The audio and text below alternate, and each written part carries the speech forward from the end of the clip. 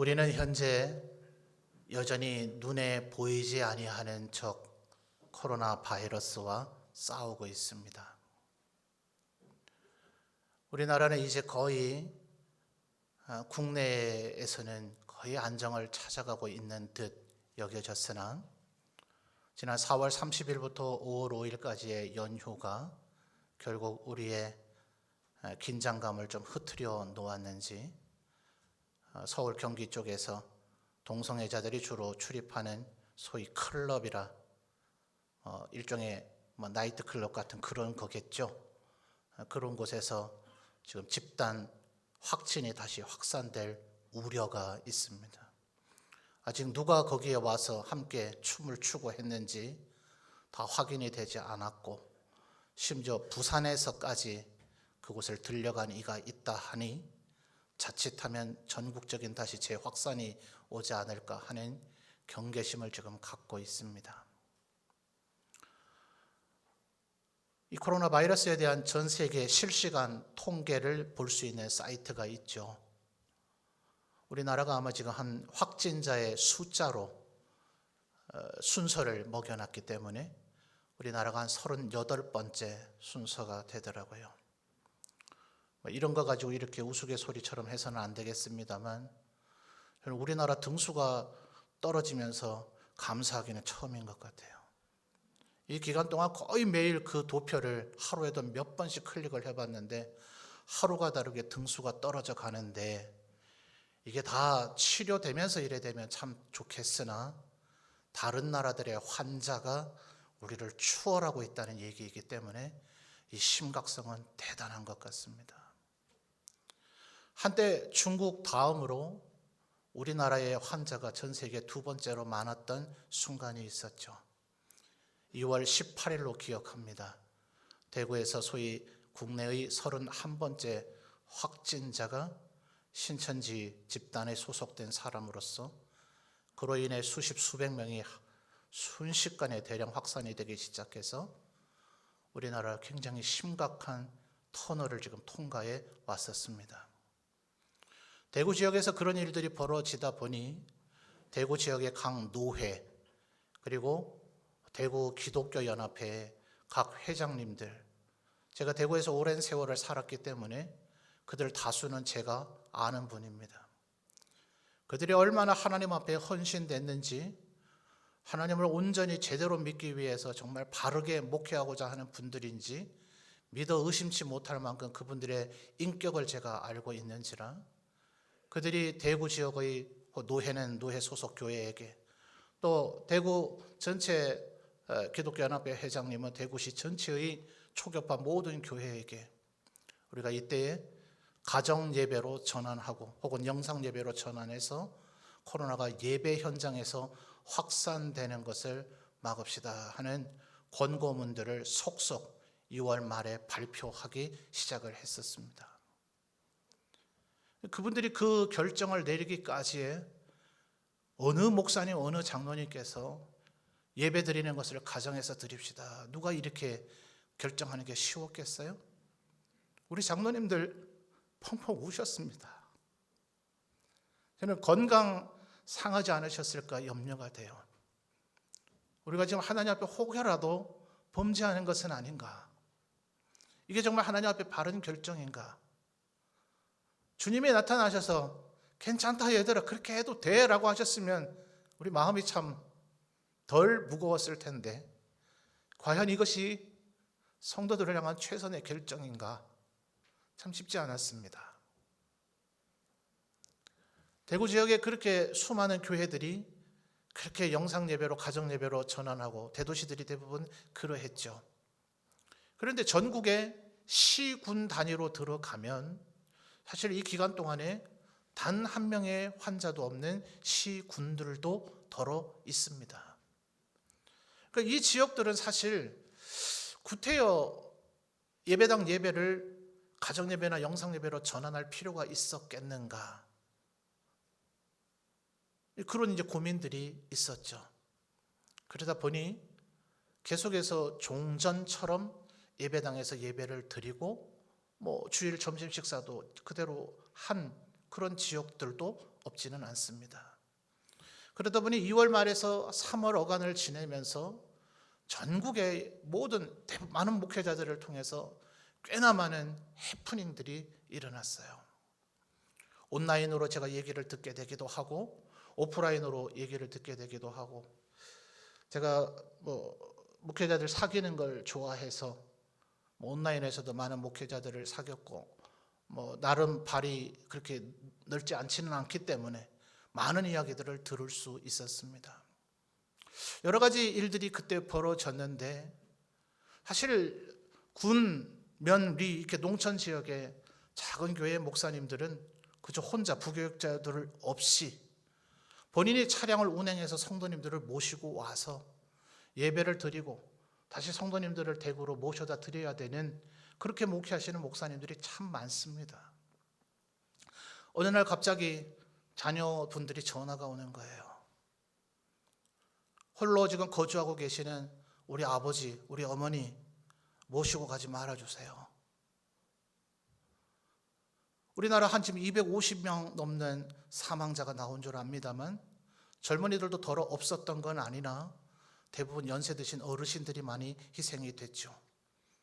각종 성인병들로 인해서 이미 건강이 최상의 상태가 아니거나 소위 기저질환이 있는 분들이 코로나에 감염이 되면 대책이 없었습니다.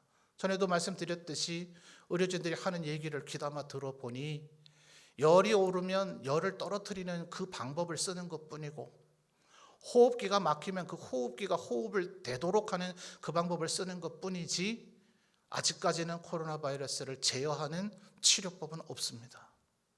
열과 호흡이 되도록 하는 것이고, 그것이 불가능하면 돌아가시는 거예요. 아직 백신도 없습니다. 이런 형편이다 보니 우리 부모님 모시고 가지 말아주세요. 그 댁에 전화를 합니다. 자녀가 전화 와서 어머니 권사님, 집사님, 장로님 모시고 가지 말라는데요. 뭔 소리를 하는 거야? 난 예배 드릴 겁니다. 난 괜찮습니다. 건강합니다. 난 죽어도 예배 드릴 겁니다. 이제 목사님 누구 말 들어야 돼요?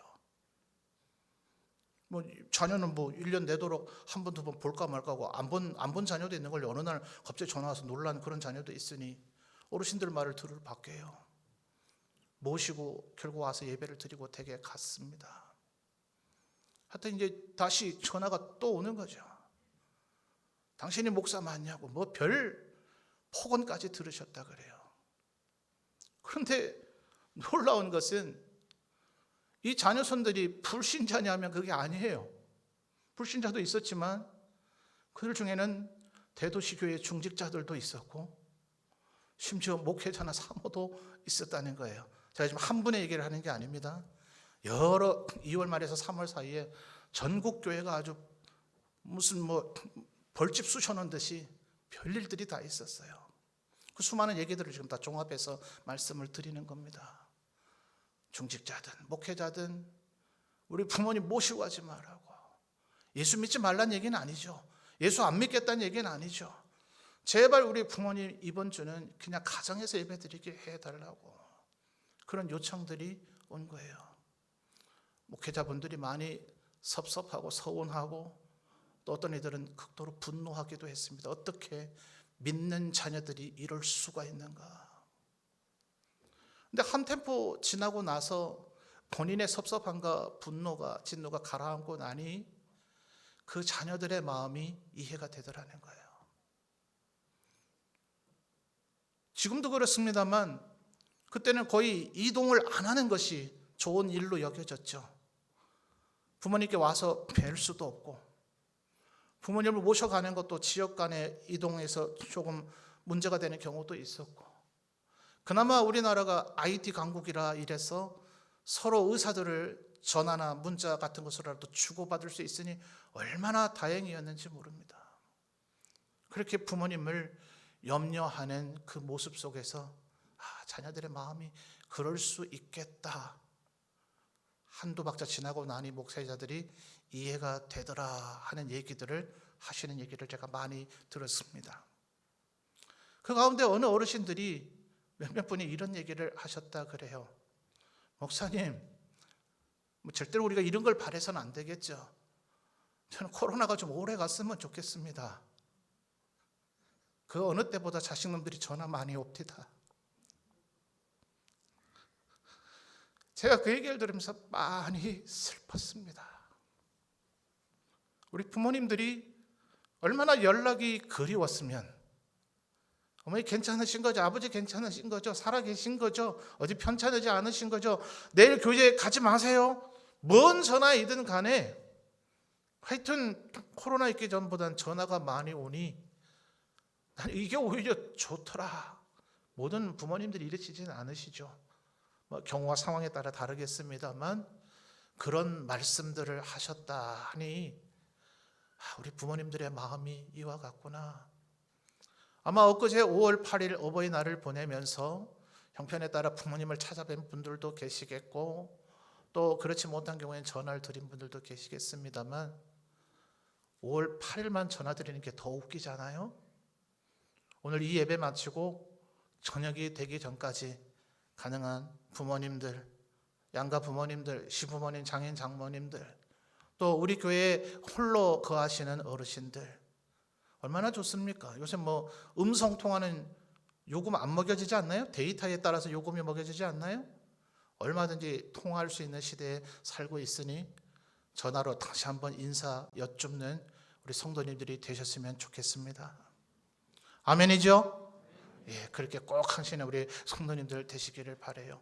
찾아뵙지 못하더라도 전화만 드려도 그렇게 좋아하시는 우리 부모님들이십니다. 저는 해마다 어버이 주일이 되면 참 고민이 많아요. 우리 교회 젊은 세대가 많으면 부모님께 효도합시다. 이런 아주 강력한 메시지를 한번 전해보겠는데 이 자리엔 양가 부모님 다 돌아가시고 오히려 자녀손들에게 효도를 받아야 될 어르신들에게 제가 부모님 감사합니다 이 얘기를 한 30분 간증을 해야 되나, 이 어르신들께 뭘 지금 효도해야 될 대상이 되는 분들이 여기 계신 게 아니라 효도를 받아야 될 대상들이 더 많이 계신 것 같아서 무엇이라 설교해야 되는가 참 고민이 많이 들 때가 있습니다.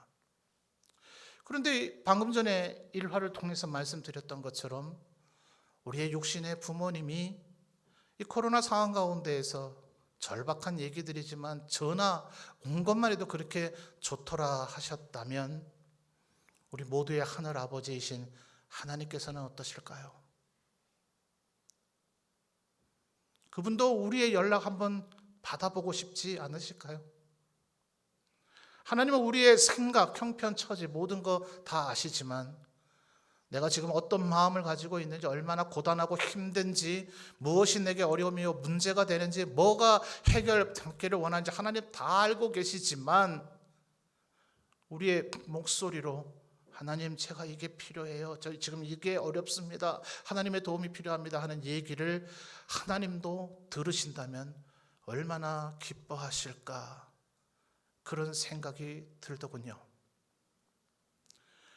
예수께서 육신의 몸을 입고 오셔서 이 세상에서 십자가에 달려 죽으시고 3일 동안 무덤 속에 계셨다가 부활하셨을 때 그 모진 고통을 당하신 주님에게 여인들과 제자들이 만났을 때 누가 누구에게 괜찮으신 겁니까? 라고 물어야 됩니까?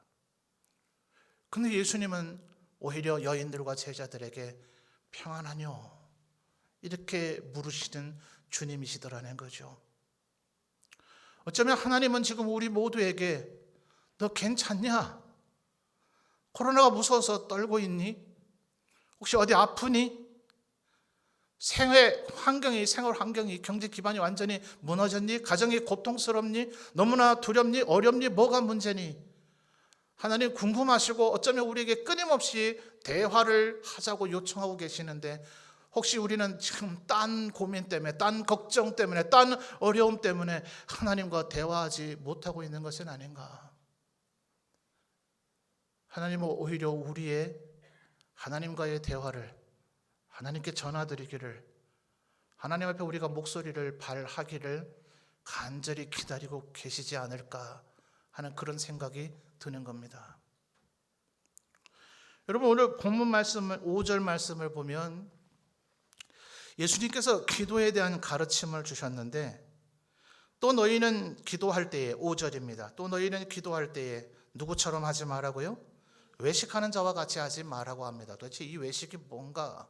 밖에 나가 밥 먹는 건가? 주로 이런 오해나 농담들을 많이 하죠. 조금 번역을 바꿨으면 좋겠는데 한글 성경 번역도 이제는 한 10가지 정도가 됩니다. 그 중에 한 너댓 가지는 이 단어를 위선자들이라고 번역을 하고 있습니다. 훨씬 이해가 쉽죠?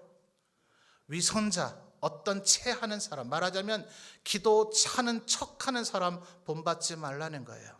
그들은 사람에게 보이는 것이 목적이더라는 거죠. 회당과 큰 거리 어귀에 서서 사람들 보란듯이 기도를 하는데 5절 하반절 충격적인 얘기가 나오죠. 내가 진실로 너희에게 이르노니. 요한복음에 이 표현이 많이 나옵니다. 아멘 아멘 에고 에이미. 내가 진실로 진실로 너희에게 이르노니. 예수님께서 하신 모든 말씀이 중요하지 않은 말씀이 어디 있겠어요. 근데 정말 중요한 얘기 하실 때 이 단어를 사용하곤 하셨어요. 진실로 내가 너희에게 이르노니. 그러니까 여러분 성경 읽다가, 특별히 복음서 읽다가 이 단어가 나타나거든 긴장하시고 보셔야 돼요. 그 다음에 뭐라 얘기합니까? 그들은 상을 이미 받았느니라. 여러분, 내가 남들에게 보여주고자 하는 의도가 전혀 없었어도 남들이 많이 보이는 데서 보란듯이 기도하는 것은 보여집니다. 내가 의도하지 않았어도 그렇게 되면 상을 이미 잃어버리는 거예요. 주님은 지금 뭐라고 얘기하십니까? 6절에 너는 기도할 때에 어디에 들어가라고요? 골방에 들어가서 문을 닫고 은밀한 중에 계신 내 아버지께 기도하라. 왜요? 은밀한 중에 보시는 내 아버지께서 갚으실 것이기 때문에.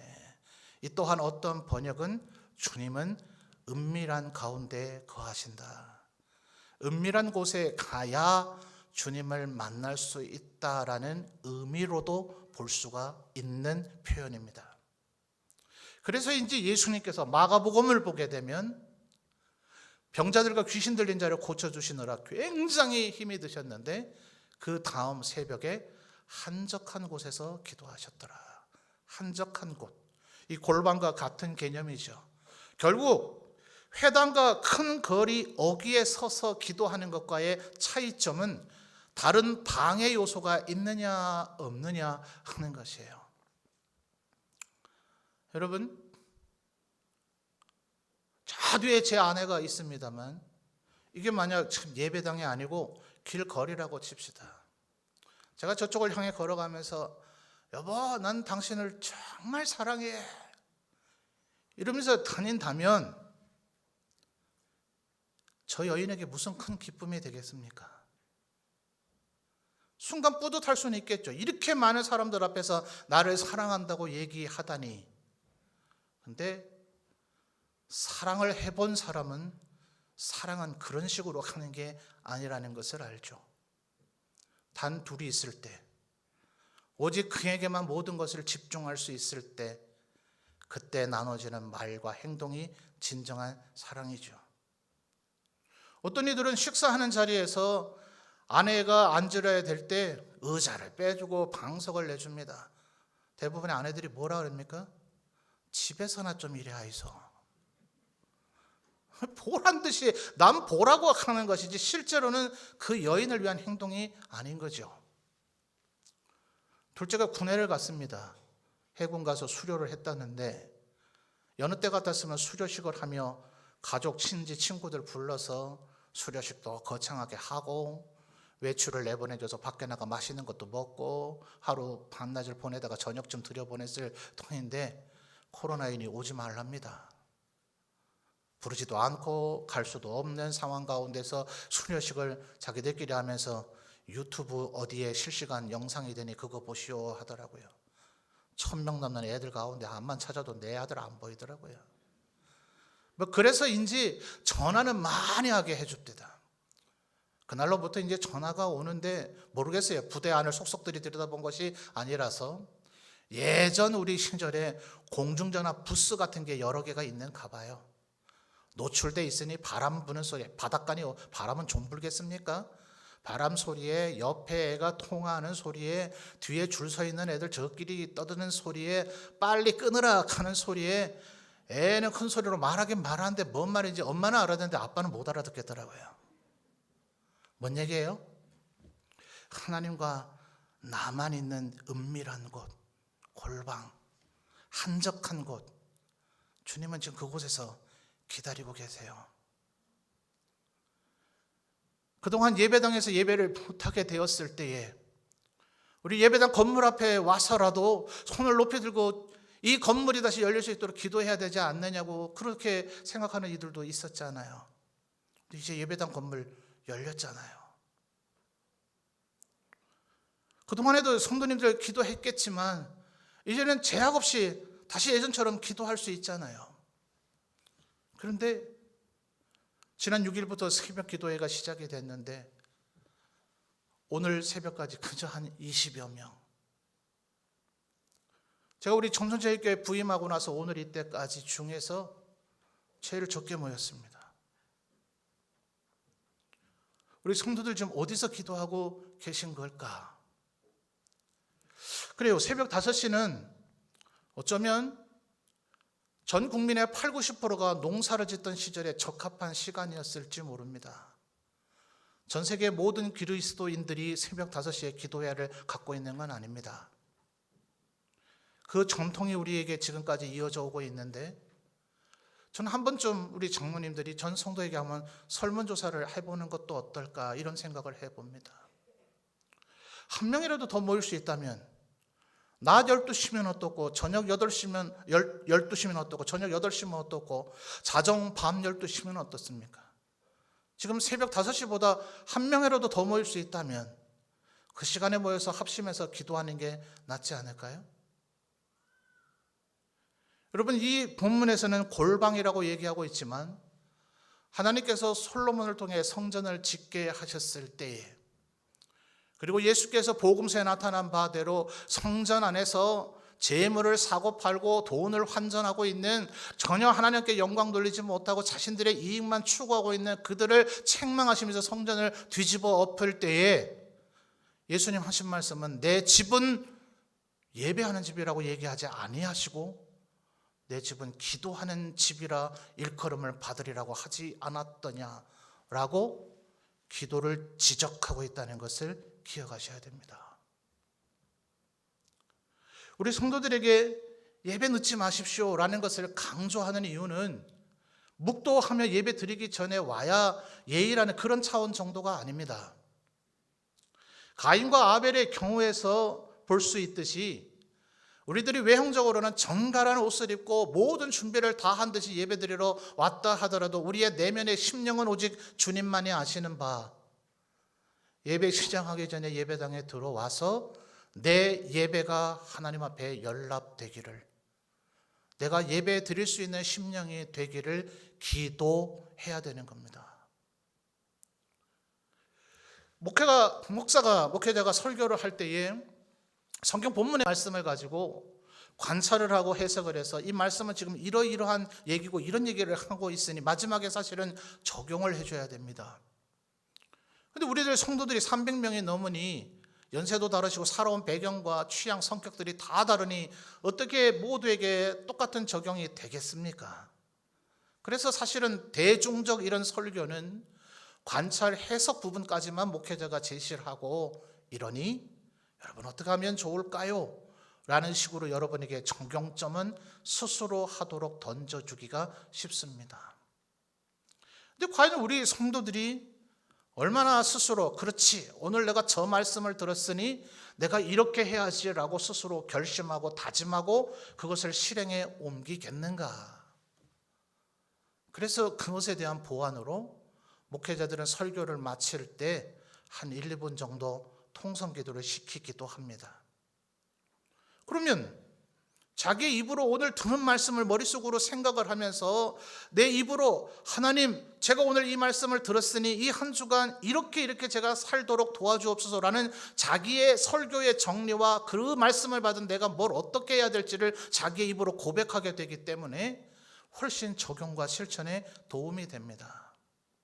우리 성도들은 조금 익숙하지 않아서 설교 후에나 예배 도중에 통성 기도를 하는 것은 조금 익숙하지 않으신 것 같아 제가 부임 초에 조금 시도하다가 성도들에게 맞춰가며 목회해야 되지 않겠는가 싶어서 지금은 전혀 하고 있지는 않습니다. 그런데 여러분, 축도를 하고 나면 지금은 찬양대가 없습니다만 찬양대가 송영을 하는 이유가 뭘까요? 저는 여러분에게 인사드릴 자리로 빨리 이동하기 위해서 축도 후에 바로 나갑니다만 여러분도 덩달아 나오시지 좀 말았으면 좋겠어요. 한참 성도들이 집중해서 나갈 때는 아마 모르긴 몰라도 통로들이 좀 복잡고 번잡할 겁니다. 그래서 급한 분은 좀 기다렸다가 갈 수밖에 없어서 좀 답답하실 거예요. 정말 화장실이 급하든 볼 일이 급하든 급한 분들은 한두 주 그럴 수는 있겠으나 찬양대가 송영을 하는 것은 바로 그때에 들은 말씀 가지고 내가 어떻게 살까를 하나님 앞에 기도하는 시간이어야 하기 때문에 그렇습니다. 그리고 우리 예배 사실은 뭐로 이루어져 있는 겁니까? 기도로 시작해서 기도로 끝나야 되는 것이에요. 그만큼 이것이 기도가 중요한 것입니다. 여러분, 코로나 바이러스가 종식됐나요? 종식될까요? 여러분은 지금 뭘 기다리고 계십니까? WHO가 빨리 좀 진두지휘해가지고 적절한 치료법이 빨리 나오길 기다리고 있습니까?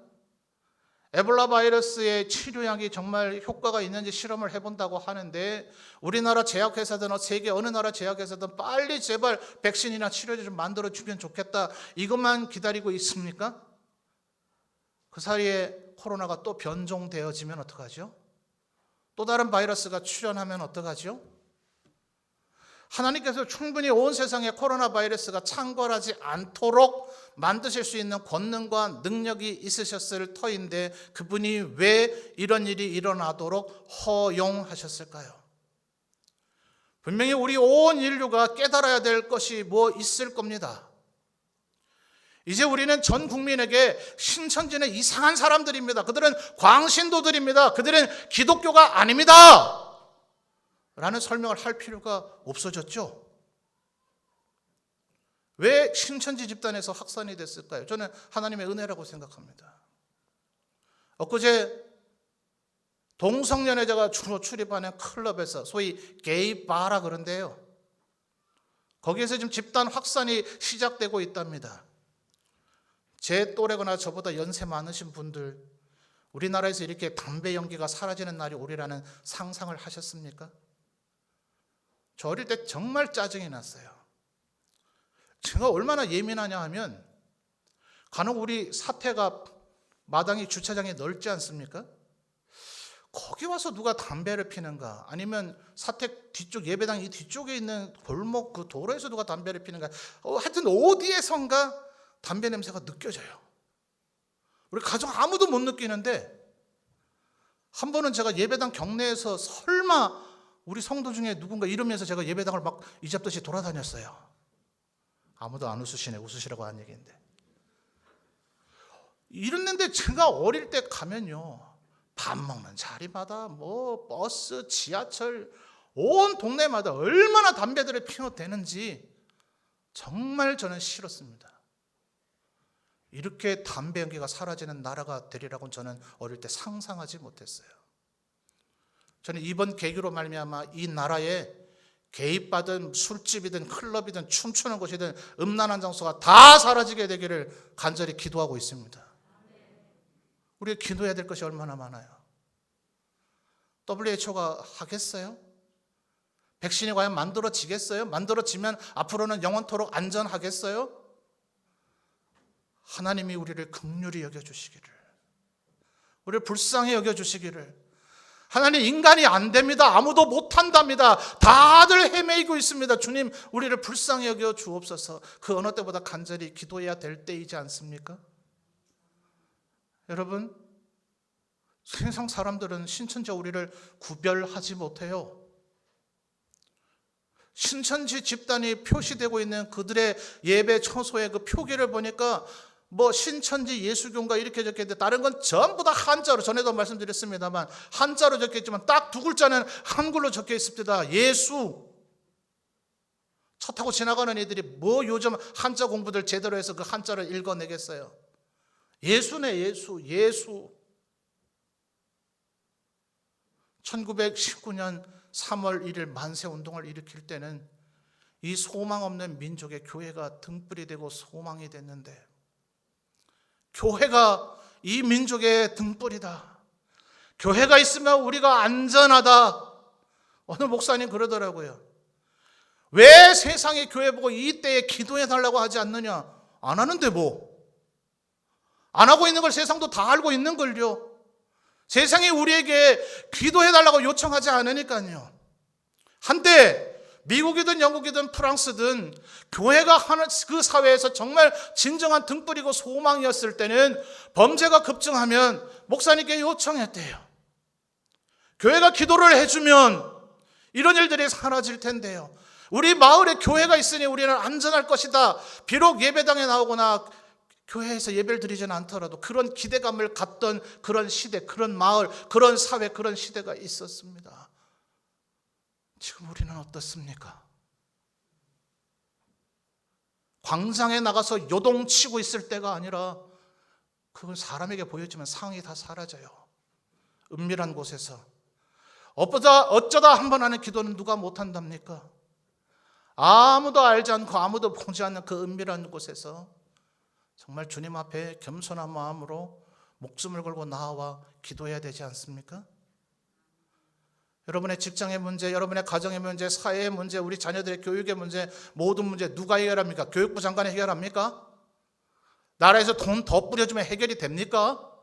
삼성 이재용 회장이 사과하시고 삼성이 또 우리나라 경제를 이끌어가면 해결됩니까? 하나님께서 은혜 베풀어 주시지 않으면 강국들에 둘러싸여 있는 이 반쪽짜리의 나라는 한순간에 사라져 버릴 겁니다. 밖에 나가서 온 국민들아 이 사실을 깨달으라고 고함 지를 때가 아니라 우리부터 하나님 앞에 기도해야죠. 광장에 예수 믿는 사람들이 모여 떠든다는 얘기는 있으나 예배당에서 기도하고 있다는 얘기는 안 들립니다. 다른 데 바라보지 말고 우리 성도들 모여 기도합시다. 하나님 앞에 기도합시다. 하나님 앞에 간절히 기도합시다. 그것만이 우리의 살 길인 줄 믿습니다. 여러분, 어느 해인가 우리는 금요기도회를 한 달에 한 번씩만 하니까요. 뭐 이렇게 저렇게 만들기가 참 쉽지 않아요. 고난주간이 되면 그저 새벽 기도회만 하곤 했는데 아마 1작년회로 제가 기억을 해요. 고난주간 그 금요일 저녁에 모여서 기도하신다 하더라고요. 얼마나 감사했는지 모릅니다. 이런 움직임들이 각 기관별로 일어나면 얼마나 좋아요. 지금이야 너무 밀집돼서 통성으로 너무 크게 기도하면 침도 튀고 바이러스가 퍼질지 모른대요. 새벽에 모이니까요. 예배당에 널찍 앉아 계셔서 아무 일 없겠더라고요. 교회 시설 사용을 금합시다 했습니다만 아마 여러분 기관 어느 기관이라도 어느 날 어느 시에 본당에서 널찍 앉아서 기도 한번 하렵니다 하면 우리 장로님들 중에 아무도 저는 반대하지 않으실 거라고 저는 확신합니다. 오늘 원래라네요. 얼마나 좋아요. 각 기관별로 모여서 한번 기도 좀 하시면 좋겠습니다. 언제 어느 때이든지. 구역예배조차도 못 드리고 있잖아요. 제가 오늘 장로님들과 그 문제도 좀 의논을 해보려고 합니다. 한 구역이 개인 가정 집에서 모이면 심각한 문제가 되겠으나 한 구역이 본당에 모이면 널찍 떨어져 앉아있으면 아무 문제 없겠네요. 소리내서 통성으로 기도하지 아니하고 사실 목회자들이 우리 성도들에게 통성으로 부르짖어 기도하게 유도하려니까 참 힘이 들어요. 성향들이 그렇지 않으셔서. 심지어 목사인 저는 금요 기도에 모여서 기도 소리가 크게 나지 않으면 오늘 내가 설교를 잘못했나? 설교에 은혜가 안 됐나? 이 시험 들고 집에 들어가기도 합니다. 근데 지금은 소리 안 내도 돼요. 묵상으로 그저 입을 다물고 하나님은 우리의 심령 속에서 우리의 영혼이 부르짖는 소리를 하나님은 능히 들으실 줄 믿습니다. 은밀한 가운데 이 방법이 안 되면 다른 방법 찾아야죠. 이제는 손 놓고 있을 기간이 지났습니다. 이제는 이 민족을 위해서 신천지가 아닌 하나님의 백성들이 기도하고 있다는 것을 이 민족에게 그저 그들이 느낄 것입니다. 안 느끼면 어떻습니까? 하나님께서 우리의 기도를 들으셔서 영광 받으시고 하나님의 백성들을 보호해 주시면 그것만으로도 족한 것 아닙니까? 여러분, 기도하는 저와 여러분이 되었으면 좋겠습니다. 기도하자고 요청하고 부르짖고 말할 수는 있겠지만 아무도 당신이 기도하는 걸 모를 그 시간에 주님 앞에 나와 기도하는 진정한 기도하는 분이 되셨으면 좋겠습니다. 하나님은 은밀한 가운데 계신다. 그 은밀한 곳을 찾아오면 너를 만나시리라. 이 말씀을 마음에 새기고 이때에 더욱더 기도하는 우리 점천체육회 모든 성도들이 되시기를 주님의 이름으로 축원합니다.